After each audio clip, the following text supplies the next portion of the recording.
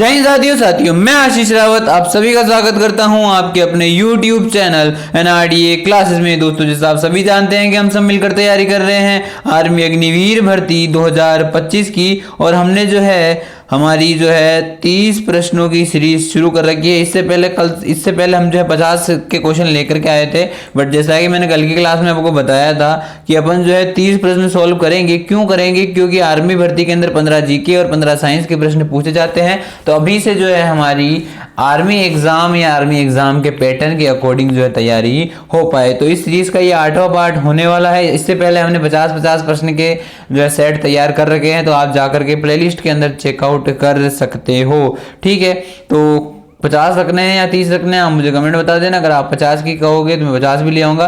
बाकी मेरे हिसाब से 15 ठीक है, ताकि आपको खुद को अंदाजा लगता रहे कि 30 में से मेरे कितने क्वेश्चन बैठ रहे हैं। ये सारे प्रश्न वैसे होते हैं जो कि भर्तियों के अंदर पहले पूछे गए हुए थे हैं। ठीक है, पहला प्रश्न हमारे सामने है। क्लास अपन शुरू कर दी है। जो भी अभी तक नहीं जुड़ा है उनके साथ में जो है वीडियो को जरूर से शेयर कर दीजिएगा भाई।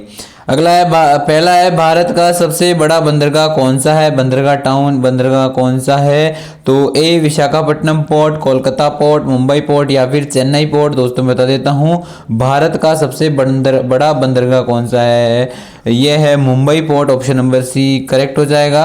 अगला है, सुभाष चंद्र बोस आपदा प्रबंधक पुरस्कार किस क्षेत्र में दिया जाता है? तो मैं बता देता हूँ, यह आपदा प्रबंधन के क्षेत्र में दिया जाता है। ऑप्शन नंबर बी आपका राइट हो जाएगा। ठीक है, अगला है, राष्ट्रीय पंचायती राज दिवस कब मनाया जाता है? राष्ट्रीय पंचायती राज दिवस कब मनाया जाता है? ए 24 अप्रैल, बी 15 अगस्त, 26 जनवरी या फिर 2 अक्टूबर। दोस्तों मैं बता देता हूँ, 24 अप्रैल को जो है राष्ट्रीय पंचायती दिवस मनाया जाता है। अगला प्रश्न, भारत का पहला जैव संवेदनशील क्षेत्र कौन सा घोषित किया हुआ है?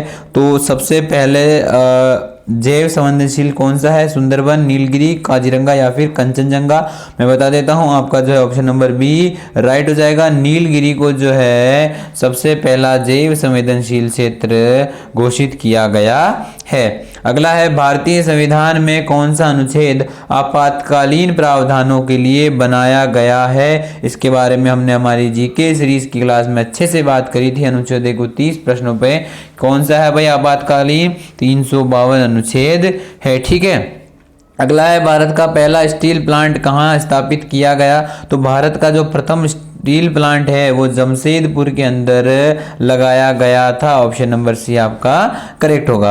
अगला है, राष्ट्रीय विज्ञान दिवस कब मनाया जाता है? तो ये डॉक्टर सीवी रमन के जन्म दिवस पर प्रत्येक वर्ष 28 फरवरी को मनाया जाता है, यानी कि साइंस डे। ठीक है, अगला प्रश्न हमारे सामने आ चुका है कि नर्मदा नदी किस दिशा में बहती है? तो नर्मदा जो नदी है वो पूर्व से पश्चिम की ओर बहती है। ऑप्शन नंबर सी आपका करेक्ट हो जाएगा। ठीक है भाई, अगला प्रश्न हमारे सामने है कि भारत का सबसे बड़ा मरुस्थल कौन सा है? तो भारत का जो सबसे बड़ा मरुस्थल यानी कि रेगिस्तान है वो कौन सा है? तो मैं बता देता हूँ, वो थार मरुस्थल है जो कि राजस्थान के अंदर है। ठीक है, अगला है, भारतीय संसद के ऊपरी सदन को क्या कहते हैं? ऊपरी सदन को जो है राज्यसभा कहा जाता है। संसद के अंदर 2 सदन है, ऊपरी सदन राज्यसभा और निम्न सदन लोकसभा है। ठीक है भाई, अगला प्रश्न है कि भारत की पहली महिला शासक कौन थी? बहुत ही अच्छा प्रश्न।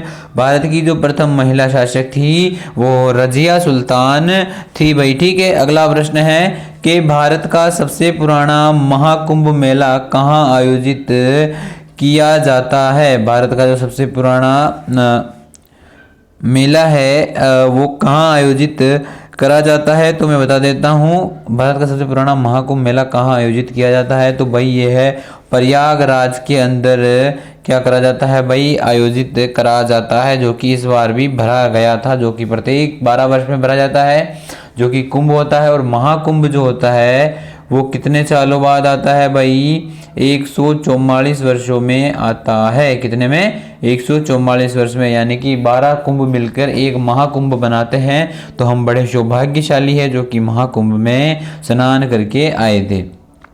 अगला है, भारत में सबसे ज्यादा चाय उत्पादन किस राज्य में होता है? दोस्तों इस बार महाकुंभ से प्रश्न आएंगे, ठीक है, तो इसे आप जरूर से अच्छा टॉपिक समझिएगा, करंट के अंदर है ना। तो आगे चलते हैं, अपन प्रश्न में बात करते हैं। अगला है, भारत में सबसे ज्यादा चाय उत्पादन किस राज्य में होती है? तो ये जो है असम राज्य के अंदर होती है, ऑप्शन नंबर बी राइट हो जाएगा। अगला है, भारत में दूध क्रांति का श्रेय किसे दिया जाता है? दूध की जो क्रांति हुई थी उसका श्रेय किसे दिया जाता है भाई? ये दिया जाता है Verghese Kurien, option number C जो आपको दिख रहा है, उन व्यक्ति को जो है जो दूध की क्रांति हुई थी उसका पूरा श्रेय जाता है। अगला प्रश्न पे चलते हैं। अगला प्रश्न हमारी स्क्रीन पर कि विश्व का सबसे ऊंचा क्रिकेट स्टेडियम कहां पर है? विश्व का सबसे ऊंचा स्टेडियम की बात करें तो चेल के अंदर है, ठीक है भाई। यहाँ पर आपके जो है साइंस के 15 प्रश्न आने वाले हैं, तो देखिएगा, अच्छे प्रश्न हैं। पहला है कि कौन सा अंग शरीर में इंसुलिन उत्पादन करता है? तो जो अग्नाशय है वो क्या करता है? इंसुलिन का स्त्रावण करता है, ऑप्शन नंबर बी आपका राइट हो जाएगा, ठीक है भाई। अगला प्रश्न है कि निम्नलिखित में से कौन सा पदार्थ सबसे कठोर होता है? तो सबसे कठोर पदार्थ कौन सा होता है? आपके सामने 4 ऑप्शन है, उसमें से जो आपका सी ऑप्शन है वो राइट हो जाएगा। सबसे जो कठोर पदार्थ है वो कौन सा है भाई? हीरा है, ठीक है। अगला है, रक्त में हीमोग्लोबिन का मुख्य कार्य क्या होता है? तो ऑक्सीजन का परिवहन जो है हीमोग्लोबिन के द्वारा रक्त के भीतर किया जाता है, ऑप्शन नंबर बी करेक्ट हो जाएगा। अगला प्रश्न है, कौन सा ग्रह अपने अक्ष पर सबसे तेज घूमता है? सबसे तेज जो अपने अक्ष पे घूमता है वो कौन सा ग्रह है? बृहस्पति, मंगल, पृथ्वी या फिर शुक्र? तो मैं बता देता हूं, सबसे तेज अपने अक्ष पे जो है बृहस्पति ग्रह घूमता है, ठीक है, ऑप्शन नंबर ए आपका राइट हो जाएगा। अगला है, विद्युत धारा का एसआई मात्रक क्या होता है? तो विद्युत धारा का एसआई मात्रक एम्पियर होता है भाई, क्या होता है? एम्पियर होता है, सी ऑप्शन आपका राइट हो जाएगा। अगला है, कौन सा विटामिन सूरज की रोशनी से प्राप्त होता है? तो सूरज की रोशनी से जो प्राप्त होता है वो कौन सा विटामिन है? विटामिन डी है, ऑप्शन नंबर सी आपका राइट हो जाएगा। अगला है, नाभिकीय रिएक्टर में किस तत्व का उपयोग किया जाता है? तो नाभिकीय रिएक्टर में किस तत्व का उपयोग किया जाता है? थोरियम, यूरेनियम, प्लूटोनियम और या फिर सोडियम। दोस्तों मैं बता देता हूं, जो नाभिकीय रिएक्टर है उसमें यूरेनियम का प्रयोग करा जाता है, ऑप्शन नंबर बी आपका राइट हो जाएगा। अगला है, मनुष्यों में कौन सा खून का समूह है यानी यूनिवर्सल डोनर कहलाता है? कौन सा समूह जो है यूनिवर्सल डोनर कहलाता है? तो जो ओ यानी ओ ग्रुप वाले बंदे होते हैं वो यूनिवर्सल डोनर कहलाते हैं। अगला प्रश्न, साबुन और डिटर्जेंट का पीएच मान सामान्यतः कैसा होता है? तो ये जो है 7 पीएच मान से अधिक होता है लगभग, ठीक है, तो ये क्या होता है? क्षारीय के अंदर आता है। अगला है, निम्नलिखित में से कौन सी धातु द्रव अवस्था में पाई जाती है? तो निम्नलिखित में से जो है पारा होता है यानी मर्क्यूरी जो होती है वो द्रव अवस्था में पाई जाती है, धातु होकर भी द्रव अवस्था में पाई जाती है, ठीक है। अगला है, मानव शरीर में ऊर्जा का मुख्य स्रोत कौन सा पोषक तत्व है? तो मुख्य जो पोषक तत्व होता है वो कौन सा होता है भाई? कार्बोहाइड्रेट होता है, ऑप्शन नंबर सी आपका इस क्वेश्चन का राइट हो जाएगा। अगला है, अल्ट्रावायलेट किरणों की खोज किसने करी थी? तो अल्ट्रावायलेट किरणों की खोज जो है जोहान रिटर द्वारा करी गई थी, ऑप्शन नंबर सी आपका राइट होगा। अगला है, कौन सा एसिड नींबू में पाया जाता है? तो नींबू में पाए जाने वाला एसिड का नाम है citric acid, option number B आपका करेक्ट हो जाएगा।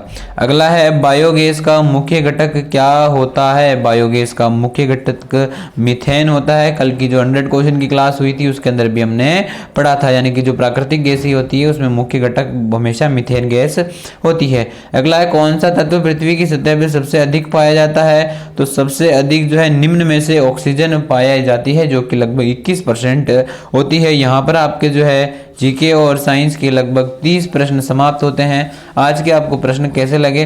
तो यहाँ पर कल से 30 की क्लास लेके आनी है या 50 की लेके आनी है, आप मुझे कमेंट में ज़रूर सजेस्ट कीजिएगा।